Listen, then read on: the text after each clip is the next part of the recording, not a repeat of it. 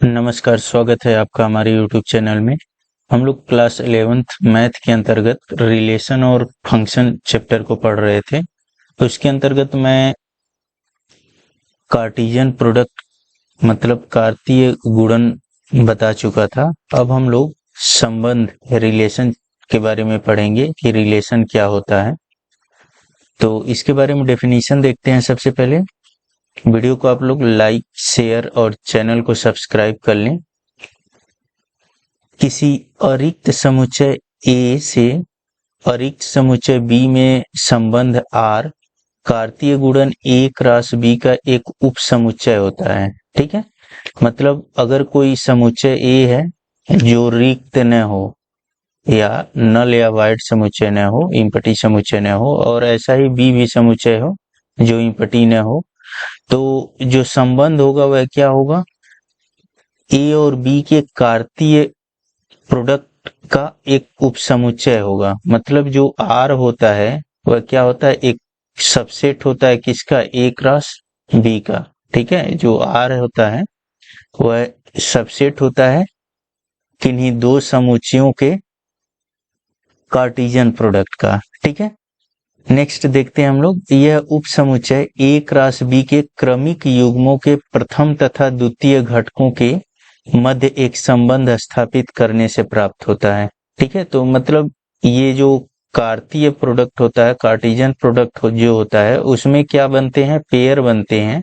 ठीक है, तो जो संबंध होता है वह A और B के बीच में, मतलब इनके अवयवों के बीच में संबंध होता है। ठीक है, तो इसको जो है ऐसे करके लिखते हैं, A related to B, A संबंध B से है। ठीक है, अगर कहीं दिया गया हो ऐसे करके, सपोज करिए यह दिया हुआ है, ठीक है, और यह CD दिया हुआ है, तो इसको हम लोग लिख सकते हैं A रिलेटेड टू B। इसको पढ़ेंगे क्या? A related to B, A related to B। ठीक है, या A संबंधित है B से। ऐसे ही इसको पढ़ेंगे क्या?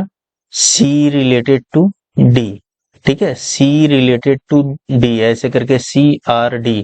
या इसी को ऐसे भी करके लिख सकते हैं, R belongs to A comma B, या ऐसे भी करके लिख सकते हैं, सॉरी यह उल्टा हो गया है, A comma B belongs to R, ऐसे करके लिख सकते हैं। या इसको C और D इसके एलिमेंट हैं, तो लिख सकते हैं हम लोग C comma D belongs to R। ठीक है, तो या तो इस तरह लिखिए, या तो A रिलेटेड टू B लिखिए, या फिर क्या लिख सकते हैं, A comma B belongs to R। ठीक है, ऐसे ही C रिलेटेड टू D है, तो इसको लिख सकते हैं C comma D belongs to R। ठीक है, ऐसे करके इनके अवयवों के बीच में संबंध को रिप्रेजेंट करते हैं। किनके अवयवों के बीच में? जो R में होंगे। ठीक है, ये R के अवयव अगर हैं तो इनको ऐसे करके रिप्रेजेंट करेंगे। ठीक है, इसको मैं एक्सप्लेन कर दिया हूं पहले ही। ठीक है, तो यह याद रखेंगे आप लोग। अब उसके बाद से देखते हैं हम लोग, तो यहाँ पे द्वितीय घटक जो है प्रथम घटक का प्रतिबिंब कहलाता है। ठीक है, मतलब यह दूसरा वाला जो है, यह दूसरा वाला पहले वाले का क्या कहलाएगा? इमेज कहलाएगा। ठीक है, इसके बारे में थोड़ा एक एग्जांपल से समझते हैं। जैसे यह मैंने एक सेट A ले लिया और एक सेट B ले लिया। ठीक है, तो रिलेशन हमने लिखा R equal to x comma y, जहां x belongs to A, y belongs to B। उसके बाद से x और y आपस में कैसे संबंधित हैं? मतलब x बिलोंग्स टू A मतलब क्या? x जो भी है वह A का एलिमेंट है। मतलब x की वैल्यू 1 और 2 हो सकती है। A में क्या है? 1 और 2 है, तो x की वैल्यू 1 और 2 हो सकती है। y बिलोंग्स टू B का मतलब क्या होगा कि y की वैल्यू इस B के बराबर हो सकती है। ठीक है, अब उसके बाद से ये x और y कैसे संबंधित है? तो x और y जो है ऐसे संबंधित हैं कि उन दोनों का सम जो है क्या हो रहा है? 3 के बराबर या 3 से छोटा होना चाहिए। ठीक है, तो अगर यह हम लोग लिखना चाहें इसको, तो अगर इनको हम लोग निकालना चाहें इसको, तो कैसे निकालेंगे, हम लोग x और y की वैल्यू पुट करेंगे और देखेंगे 3 से छोटा या 3 के बराबर होना चाहिए। ठीक है, तो x की वैल्यू क्या क्या हो सकती है, तो x की वैल्यू हो सकती है 1 और 2। ठीक है, 1 और 2 हो सकती है, और y की वैल्यू क्या हो सकती है 0, 2, 3। ठीक है, तो हम लोग रखेंगे यहाँ पे value x plus y less than R equal to 3। हम लोग चेक कर लेंगे यहाँ पे x और y की कौन कौन सी वैल्यू इसके अंतर्गत आती है। ठीक है, यहाँ पे ऐसे करके नहीं बनाना है, या समझाने के लिए हम लिख रहे हैं। x की वैल्यू अगर 1 रखें, ठीक है, यहाँ पे x की वैल्यू अगर 1 रखें तो y की वैल्यू हम लोग 0 रख सकते हैं, फिर x की वैल्यू 1 रखें, फिर y की वैल्यू 2 रख सकते हैं, x की वैल्यू 1 रखें, y की वैल्यू क्या रख सकते हैं 3। ठीक है, फिर उसके बाद से x की वैल्यू अब 2 कर दीजिए, y की वैल्यू 0, x की वैल्यू 2 कर दीजिए, y की वैल्यू 2, और x की वैल्यू 2 करिए, y की वैल्यू 3। यह पॉसिबिलिटी है, यह सब संभावनाएं हैं। कितनी संभावनाएं बनेंगी, x की वैल्यू 1 हमने किया तो y की वैल्यू यह तीनों रख सकते हैं, फिर उसके बाद से x की वैल्यू हमने 2 किया तो y की वैल्यू यह तीनों रख सकते हैं। ठीक है, अब हम लोग चेक कर लेंगे कि वह इस कंडीशन को सेटिस्फाई कब करता है। तो x की वैल्यू 1, y की वैल्यू 0 अगर इसमें रखेंगे तो कितना आएगा, यह 1 आएगा। तो क्या यह लेस देन 3 है, तो बिल्कुल सही है। ठीक है, मतलब यह इसको सेटिस्फाई कर रहा है, इसका मतलब यह पेयर बनेगा x की वैल्यू 1, y की वैल्यू 0। ठीक है, x कामा y जो हम लोग रिलेशन माने उसमें क्या क्या पॉसिबिलिटी हो सकती है, x की वैल्यू 1 और y की वैल्यू 2, क्या यह 3 के बराबर या इक्वल है, बिल्कुल है। तो यह भी पॉसिबिलिटी है कि यह भी पेयर बनेगा। अब x की वैल्यू 1 और प्लस y की वैल्यू 3, यह कितना हो जाएगा 4। तो क्या यह इसके बराबर या इक्वल है, तो नहीं, ऐसा नहीं है, यह बड़ा है। ठीक है, तो यह पॉसिबिलिटी नहीं बनेगी। अब x की वैल्यू 2 और y की वैल्यू 0 रखें तो यह कितना मिलेगा 2। क्या यह 3 से छोटा या बराबर है, बिल्कुल है, मतलब यह जो है बन जाएगा पॉसिबिलिटी। मतलब क्या 2 कामा 0, यह पेयर जो है बनेगा। यह बन रहा है, यह बन रहा है, यह बन रहा है, यह 4 हो जाएगा तो यह नहीं बनेगा। ठीक है, यह भी 2 प्लस 2 अगर लिख रहे हैं तो कितना होगा 4। क्या यह इससे छोटा या बराबर है, नहीं है। ठीक है, मतलब यह भी नहीं बनेगा। और इसको अगर रखेंगे तो कितना आ जाएगा, यह 5 आ जाएगा यहाँ। तो यह भी क्या है 3 से बड़ा है, तो यह भी नहीं बनेगा। ठीक है, मतलब यह नहीं बनेगा। कौन कौन बना, तो यही 3 पेयर बना। तो हम लोग r को क्या लिख लेंगे, इस तरह लिख लेंगे, क्या 1 कामा 0, 1 कामा 2 और 2 कामा 0। ठीक है, यह हमारा इसके अनुसार रिलेशन हो जाएगा। यह क्या है, यह सेट ब्यूल्डर फॉर्म में है, समुच्चय निर्माण विधि में है। यह इसको बोलते हैं सेट ब्यूल्डर फॉर्म।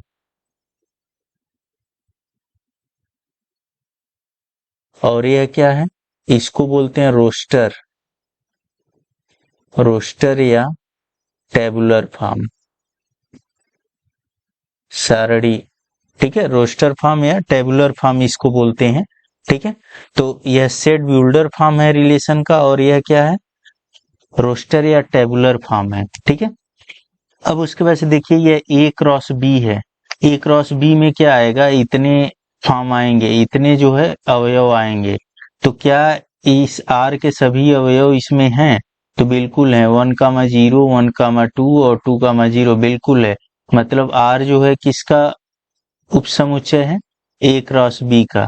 मतलब A क्रॉस B का यह एक सबसेट होता है।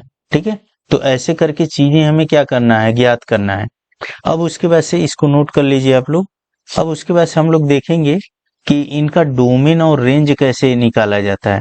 यहाँ पे अगर इसको चित्र के फॉर्म में हम लोग देखें, चित्र के फॉर्म में, तो देखिए यहाँ पे अगर हम लोग बनाना चाहें तो इस 1 से कौन कौन सी वैल्यू रिलेट कर रही है, 1 से 0 और 1 से 2। मतलब 1 से 0 और इस 1 से 2, यह जो है सेटिस्फाई कर रहा है इस रिलेशन को। फिर इस 2 से कौन सी वैल्यू, 2 से जो है यह 0 बस संबंधित है। ठीक है, 2 और 0 अगर रख दें हम लोग तो यह सेटिस्फाई करेगा। अब हम लोग किसी रिलेशन का डोमेन, रेंज और उसके बाद से कोडोमेन देखेंगे। ठीक है, तो डोमेन क्या होता है, तो दरअसल अगर हम लोग देखें R बिलोंग्स टू, अगर A क्रॉस B दिया हुआ है या R A क्रॉस B का उपसमुच्चय है, तो यह A के जितने एलिमेंट होंगे वह डोमेन होंगे। ठीक है, मतलब डोमेन अगर हम लोग देखें इसका, तो डोमेन क्या हो जाएगा, A के जो भी एलिमेंट हैं, A के एलिमेंट क्या क्या है, 1 और 2, तो यह जो है डोमेन हो जाएगा। अब उसके बाद से कोडोमेन क्या होगा, तो B के जो भी एलिमेंट होंगे वह कोडोमेन होंगे, या B के जो भी एलिमेंट होंगे, मतलब पहले वाले सेट के अवयव डोमेन होंगे और दूसरे वाले सेट के अवयव क्या होंगे, कोडोमेन होंगे। ठीक है, कोडोमेन में क्या क्या आ रहा है, 0, 2 और 3। ठीक है, यह जो है कोडोमेन होगा। लेकिन रेंज कौन होगा, तो रेंज जो डोमेन से कोडोमेन को रिलेट करेगा, जो डोमेन से कोडोमेन से संबंधित होगा, वही रेंज होगा। मतलब इस रिलेशन को देखते हुए अगर हम लोग देखें तो 1 से कौन कौन संबंधित है, 2 और 0, और 2 से कौन संबंधित है, 0। यह 3 का कुछ भी लेना देना नहीं है, इस पहले वाले से 3 का कुछ भी लेना देना नहीं है। मतलब रेंज में यह 3 शामिल नहीं होगा। रेंज में कौन शामिल होगा, जो उससे संबंधित होगा, किससे, डोमेन से संबंधित। मतलब 0 और 2 जो है किससे संबंधित है, इस डोमेन से जो संबंधित होता है वही रेंज होता है। लेकिन कोडोमेन क्या होता है, वह टोटल सेकेंड वाला जो सेट होता है उसी को हम लोग कोडोमेन कहते हैं। आप लोग यह ध्यान देंगे कि डोमेन कोडोमेन क्या होता है, पहले वाले सेट को डोमेन कहेंगे, दूसरे वाले सेट को कोडोमेन कहेंगे, लेकिन रेंज उसी को कहेंगे जो डोमेन से संबंधित हो, मतलब जो रिलेशन के अनुसार डोमेन से संबंध रखता हो। ठीक है, चलिए अब इसी के बारे में थोड़ा सा देख लेते हैं हम लोग। तो समुच्चय A से समुच्चय B में संबंध R के क्रमिक युग्मों के सभी प्रथम घटकों के समुच्चय को संबंध R का प्रांत कहते हैं। ठीक है, मतलब डोमेन कहते हैं। ठीक है, मतलब A से B अगर कोई A और B कोई समुच्चय हो और R जो है कोई संबंध हो, तो R का प्रथम घटक मतलब सेट A जो है क्या बोला जाएगा, डोमेन बोला जाएगा। और समुच्चय A से समुच्चय B में संबंध R के क्रमिक युग्मों के सभी द्वितीय घटकों के समुच्चय को संबंध R का परिसर कहते हैं। समुच्चय B संबंध R का सह प्रांत कहलाता है। मतलब समुच्चय B जो है क्या कहलाएगा, सह प्रांत, मतलब यह कोडोमेन कहलाएगा। लेकिन जो रेंज होता है वह क्या होता है, वह A से B में जो संबंध को शो करता है वही क्या होता है, एक तरह से रेंज होता है। ठीक है, और यहाँ पर नोट करने वाली बात यह है कि जो रेंज होता है वह हमेशा कोडोमेन का एक सबसेट होता है, उपसमुच्चय होता है। ठीक है, यही लिखा हुआ है कि परिसर जो है सह प्रांत का उपसमुच्चय होता है। ठीक है, कोडोमेन का एक उपसमुच्चय होता है, कौन, रेंज। ठीक है, रेंज जो है कोडोमेन का एक उपसमुच्चय होगा। यहीं से हम लोग समझेंगे यह रेंज है, रेंज में क्या है, 0 और 2 है, और कोडोमेन में क्या है, 0, 2, 3 है। मतलब इसके सभी अवयव इसमें एग्जिस्ट कर रहे हैं, तो इसका मतलब यह क्या होगा, रेंज जो है इसका एक सबसेट होगा, किसका, कोडोमेन का। ठीक है, नेक्स्ट आगे हम लोग देखते हैं। नेक्स्ट पॉइंट है, एक संबंध का बीजगणितीय निरूपण रोस्टर विधि या समुच्चय निर्माण विधि द्वारा किया जाता है। ठीक है, मतलब किसी रिलेशन को अगर हम लोग निरूपित करना चाहें तो किससे, रोस्टर या टेबुलर विधि से निरूपित करेंगे, अथवा किससे, सेट ब्यूल्डर फॉर्म में समुच्चय निर्माण विधि से, और एक तीर आरेख किसी संबंध का एक दृष्टि चित्रण है। ठीक है, जैसे हमने दिखाया था इस तरह से गोले फॉर्म में, तो यह तीर आरेख बोला जाता है। यह क्या है, एक तरह से संबंध का क्या होगा, एक दृष्टि चित्रण होगा। ठीक है, अब हम लोग एक्सरसाइज 2.2 देखेंगे। ठीक है, इसमें पहला क्वेश्चन है, मान लीजिए कि a इक्वल टू 1 2 3 4 5 से लेकर के 14 तक है, तो r कोई रिलेशन दिया हुआ है x कामा y के फॉर्म में, जहां x और y कैसे संबंधित है, तो 3x minus y equal to 0 है, जहां x और y क्या है, बिलोंग्स टू a। ठीक है, द्वारा a से a का एक संबंध है r। ठीक है, जिसे लिखना है, इसके प्रांत, सह प्रांत और परिसर लिखना है। ठीक है, तो r जो है क्या है, एक रिलेशन है किसके किसके बीच में, यह a क्रॉस a का उपसमुच्चय है। ठीक है, मतलब इसमें जो है पहला वाला भी a है, दूसरा वाला भी a है। ठीक है, इसका एक उपसमुच्चय है। तो प्रांत और सह प्रांत, यह डोमेन और यह क्या है, कोडोमेन, और इसको रेंज हम लोग बोलते हैं, परिसर या प्रास को। ठीक है, तो सबसे पहले हम लोग क्या करें, संबंध को लिख लें। संबंध में क्या आएगा, तो हमें दिया हुआ है सेट ब्यूल्डर फॉर्म में अक्सर करके यह देता है x comma y such that 3x minus y equal to 0। यह देख करके एक्सप्रेशन डरना नहीं है। ठीक है, क्योंकि यह बहुत सिंपल होता है, बस एक बार समझ लेना है कि कैसे इसको करना है। ठीक है, यह सेट ब्यूल्डर फॉर्म में दिया हुआ है और a की वैल्यू दिया हुआ है, कितना होना चाहिए, 1 2 3 4 ऐसे करके होना चाहिए। ठीक है, और यह x y किससे रिलेट कर रहा है, a से ही कर रहा है, मतलब x की भी वैल्यू क्या होगी, 1 से लेकर के 14 तक, और y की भी वैल्यू क्या होगी, 1 से लेकर के 14 तक। x और y a के एलिमेंट है, मतलब क्या होगा, x की भी वैल्यू 1 से लेकर के 14 तक और y की भी वैल्यू 1 से लेकर के 14 तक रखनी है। लेकिन एक चीज याद रखना है कि जब भी वैल्यू हम लोग रखेंगे तो क्या होना चाहिए कि 3x माइनस वाई की वैल्यू क्या होना चाहिए, 0 रहना चाहिए। ठीक है, मतलब क्या, ये ऐसे वैल्यू रखना है कि 3x माइनस वाई की वैल्यू 0 हो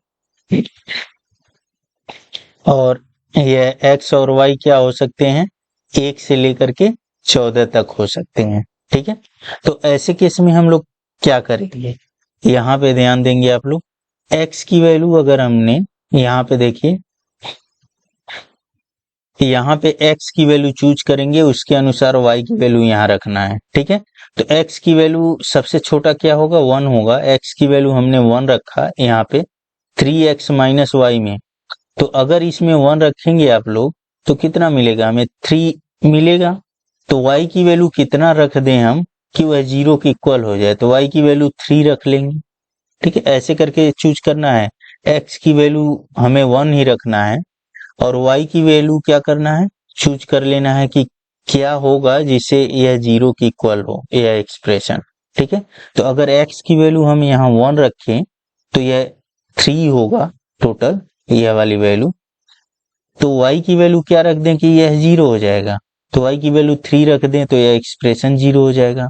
अब x की वैल्यू अगर हमने यहाँ 2 रखा, ठीक है, 1 रखेंगे, y की भी वैल्यू इसी से चूज करना है, मतलब सेट a से ही चूज करना है, मतलब 1 से लेकर के 14 तक x भी होगा और 1 से लेकर के 14 तक y भी होगा, इसी से चूज करना है। ठीक है, तो अब x की वैल्यू हमने 2 रखा तो यहाँ पे क्या मिल जाएगा, यहाँ पे हमें 6 मिलेगा। तो y की वैल्यू क्या हमें चूज करना है, 6 ही चूज करना है, मतलब यहाँ पे 6 रखना है। यहाँ पे हमने 1 रखा, ठीक है, तो 3 मिला, तो यहाँ पे हमने 3 रख दिया तो 0 हो गया है। अब x की वैल्यू हमने क्या रखा, यहाँ पे 2 रखा, तो y की वैल्यू क्या रखना पड़ेगा, 6 रखना पड़ेगा, तभी यह 0 होगा। ठीक है, यह ज्ञात करने के लिए तरीका बता रहा हूं मैं, जब आप लोग जान जाएंगे तो आराम से आसानी से करने लगेंगे। अब x की वैल्यू हमने 3 यहाँ पे रख लिया। ठीक है, एक्स सबसे पहले छोटी वैल्यू से ही चलते हैं हम लोग ताकि सभी मिलता रहे हमें। एक्स की वैल्यू अगर हमने 3 रखा है यहाँ पे तो कितना मिल जाएगा, यहाँ पे मिल जाएगा 3 गुणे 3 मतलब 9 मिलेगा। तो y की वैल्यू क्या रखना होगा, 9 रखना होगा। मतलब अभी भी इसी के अंतर्गत है, 1 से 14 के बीच ही है दोनों। मतलब y की वैल्यू यहाँ पे 9 होना चाहिए। अब x की वैल्यू हमने 4 रखा, ठीक है, तो 3 गुणे 4 मतलब यहाँ पे क्या होगा, 12 होगा। तो y की वैल्यू क्या रखना होगा, 12, तब यह 0 होगा। तो y की वैल्यू हम लोग 12 रख लेंगे यहाँ, क्योंकि 14 से कम है। अगर x की वैल्यू हम लोग 5 रखें तो यहाँ पे कितना आएगा, 3 गुणे 5 मतलब 15। यहाँ पे क्या रखना पड़ेगा, 15। तो 15 तो इसके अंतर्गत है नहीं, सेट ए के अंतर्गत है नहीं, y की वैल्यू 15 ले नहीं सकते, इसका मतलब यह वैल्यू नहीं होगा। ठीक है, अब उसके बाद से और भी वैल्यू चेक कर लेते हैं। x की वैल्यू अगर 6 रखें तो यह 18 हो जाएगा। ठीक है, अब y की वैल्यू हम लोग सेलेक्ट करके देखें। अगर y की वैल्यू हम 1 रखते हैं, यहाँ y की वैल्यू 1 रखते हैं तो x की कौन सी वैल्यू यहाँ रखनी होगी ताकि 0 मिले हमें। तो x की वैल्यू हमें यहाँ पे ऐसी कोई वैल्यू आएगी जो इसके अंतर्गत आएगा, ऐसी कोई भी वैल्यू नहीं आएगी। ठीक है, क्योंकि क्या लेना पड़ेगा, 1/3 यहाँ x की वैल्यू लेना पड़ेगा जो इसके अंतर्गत नहीं है। ठीक है, अगर y की वैल्यू हमने 2 रखना है तो यहाँ पे कितना लेना पड़ेगा, x की वैल्यू 2/3 लेना पड़ेगा यहाँ पे। ठीक है, तो x की वैल्यू 2/3 तो यहाँ है नहीं।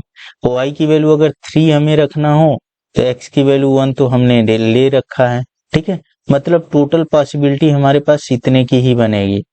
मतलब यह जो सेट, यह जो रिलेशन है, अगर हम लोग रोस्टर फॉर्म में लिखें तो इसको लिख सकते हैं, x की जगह पे 1 रहेगा तो y की जगह पे 3, x की जगह पे 2 रहेगा, यहीं से लिख रहा हूं मैं। ठीक है, x की जगह पे 2 रहेगा तो y की जगह पे 6, x की जगह पे 3 रहेगा तो y की जगह पे 9, x की जगह पे 4 रहेगा तो y की जगह पे क्या रहेगा, 12। ठीक है, यह जो है रोस्टर या टेबुलर फॉर्म में होगा यह। ठीक है, इस तरह से इसको लिख लेना है, यह रिलेशन है। यह जो है रिलेशन किस तरह से, और भी अगर इनके एलिमेंटों के बीच में संबंध देना हो हमें तो क्या लिख सकते हैं, 1,3 बिलोंग्स टू R, या ऐसे करके लिख सकते हैं 1 रिलेटेड टू 3। ठीक है, इनके अवयवों के बीच में अगर संबंध लिखना हो, या अगर इसको लिख रहे हैं हम लोग तो लिख सकते हैं 2,6 बिलोंग्स टू R, या फिर इसी को क्या लिख सकते हैं, इसी को लिख सकते हैं 2 belongs to R, 2 related to 6। ठीक है, ऐसा कभी नहीं लिखेंगे, कैसा कि 6,2 बिलोंग्स टू R, यह कभी नहीं लिखेंगे इसके अनुसार। ठीक है, एलिमेंटों का क्रम नहीं बदलना है, क्रम हमेशा सेम रखना है आप लोगों को। ठीक है, 6 रिलेटेड टू R नहीं करना है। ठीक है, अब उसके बाद से यह क्या दे दिया हमें, यह हमें संबंध दे दिया है कि हमारे पास इसके अकॉर्डिंग यह सेट बिल्डर फॉर्म में है या रोस्टर फॉर्म में है, यही संबंध होगा। ठीक है, यही R पूछा हुआ है। अब उसके बाद हमसे पूछा हुआ है प्रांत, मतलब डोमेन। डोमेन क्या होगा इसका, प्रांत क्या होगा, तो वह एक ऐसा सेट होगा जो यह हमें एक संबंध मिला है।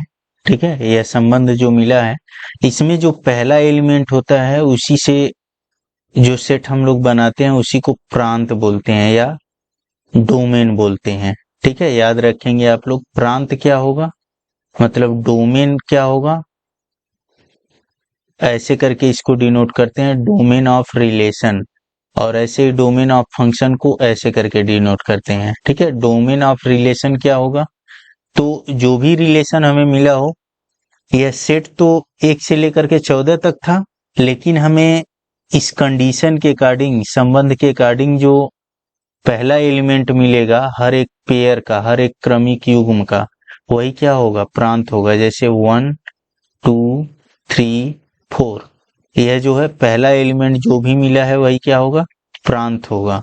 ठीक है, परिसर क्या होगा, परिसर या क्या बोलते हैं, रेंज ऑफ रिलेशन।